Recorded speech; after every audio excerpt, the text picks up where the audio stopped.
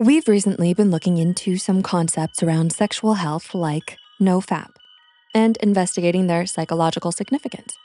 We've done a video on what happens if you don't masturbate for a year, so we thought it would only be fair to look at the opposite extreme.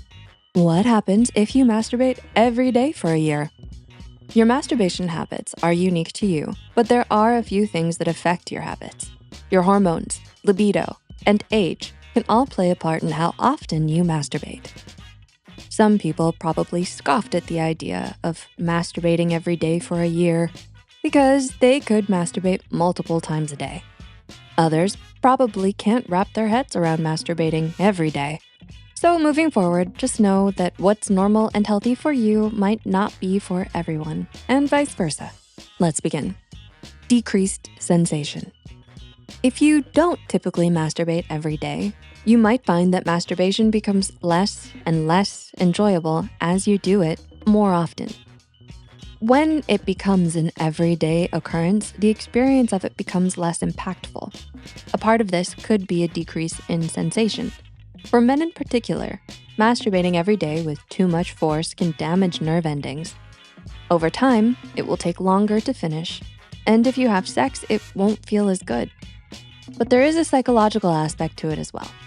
Masturbation often comes with porn. If masturbating every day also means watching porn every day, over time, it will take more and more stimulation to satisfy you. Masturbating every day will speed this process up.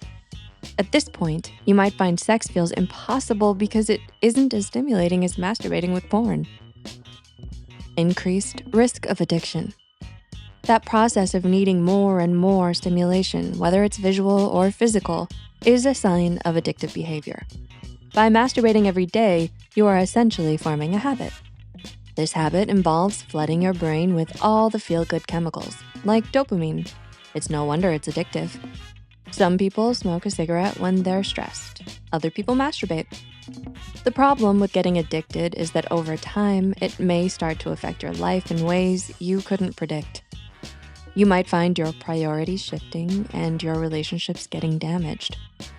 If you're in a situation where you can't masturbate, you might find yourself getting anxious or frustrated.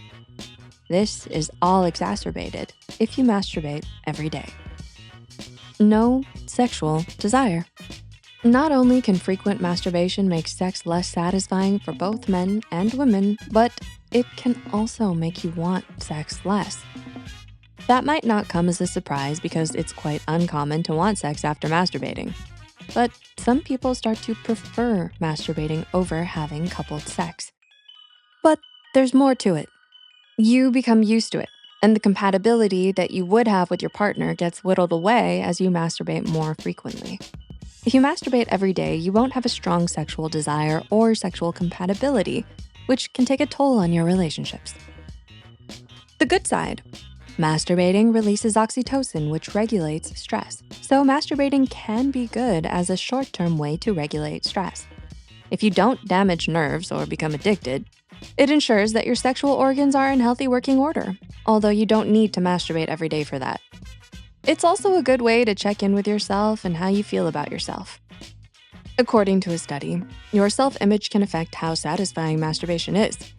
If you are masturbating every day, but it isn't really satisfying, try taking a little break and spend a week doing something that makes you feel good about yourself, like working out or being productive or just tidying your surroundings.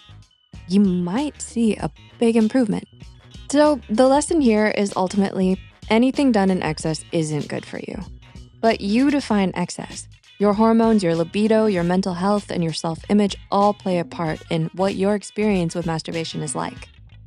Just pay careful attention to what your body and mind are saying and what's best for your relationships as well. Anything that feels good or takes away stress can be addictive, so try your best to find a healthy middle ground. What are your thoughts on this video? Share your thoughts below. And if this video helped you think about what that middle ground might be, let us know by leaving a like. Remember to subscribe to Psych2Go for more videos like this, and good luck, Psych2Goers. See you next time.